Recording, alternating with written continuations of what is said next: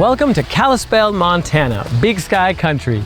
I see Steve Strike over here, a seed potato grower from Strike Farms. Let's see if he'll show me around his beautiful farm. Hi, Steve. Hi, Tito. Good to see you. Good to see you. Thanks for having me here. So tell me, how long has your family been growing potatoes here? Well, my dad actually started growing seed potatoes in North Dakota shortly after World War II.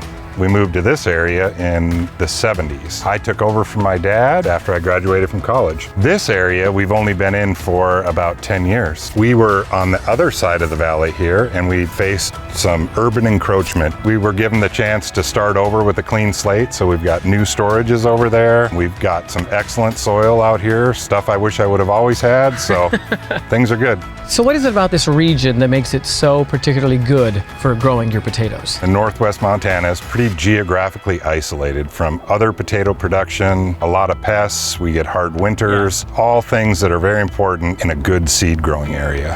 And what are your potatoes grown for? We're at the beginning of the potato supply chain. We grow seed potatoes that we sell to commercial growers who grow them, and at that point they are mostly turned into French fries. You have to start with high quality seed to grow a high quality crop of commercial potatoes, so I feel like we're a very important part of the industry. Why don't we take off and I'll show you what I'm talking about. All right. This is a beautiful field, Steve. What is this? This field is canola. It's one of our rotation crops that we use. Can you talk to me about the importance of rotation? Well, in potatoes, crop rotation is very important. We can only grow potatoes about 1 out of every 3 years, and this allows the soil a chance to recharge and replenish itself so that we can grow the healthiest, best, high-quality potatoes that we can. Yeah, that makes sense. Here's Paul.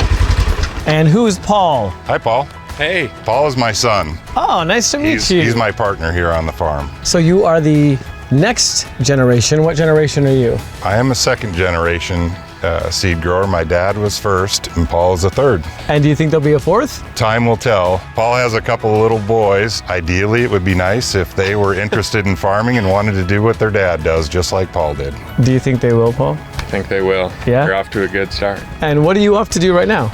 So I am doing some irrigation on the potatoes.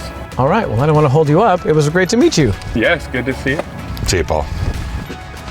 And how proud are you that you have your family working right alongside you? Very proud. It's probably the greatest blessing to have them nearby. I get to see Paul and work with Paul, and my grandkids are available anytime I want. So yeah, it's awesome. So what do we have here? Because it looks like a very small potato field.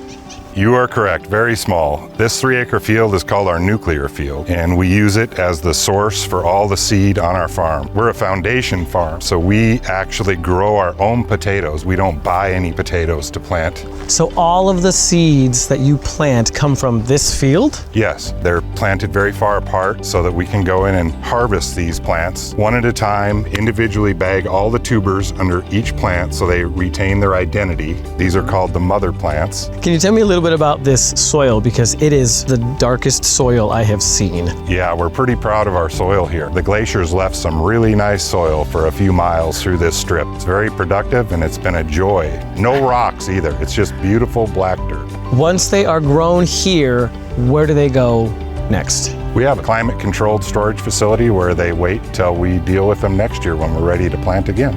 And where do we plant them? Well, I'll show you. Let's go over to the G1 field and we can check that out. All right.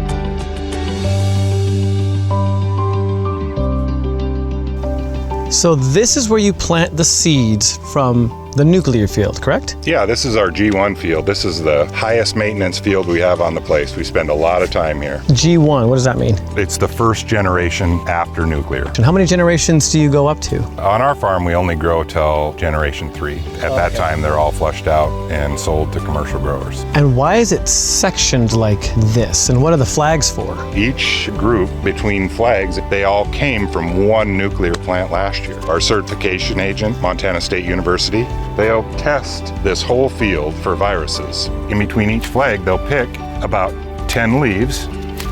They'll fold the leaves, groups of 10, and they put them in a box that corresponds to these numbers. If there's a positive, they know to tell me exactly what flag and what unit I need to go remove.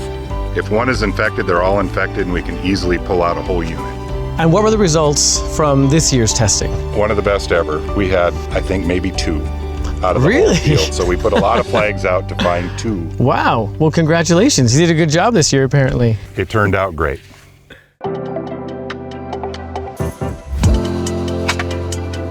Is there any advice you would want to give to anyone who is considering becoming a sweet potato farmer? I think it requires kind of a perfectionist personality because the details really do matter when you're growing seed and you can't skip anything.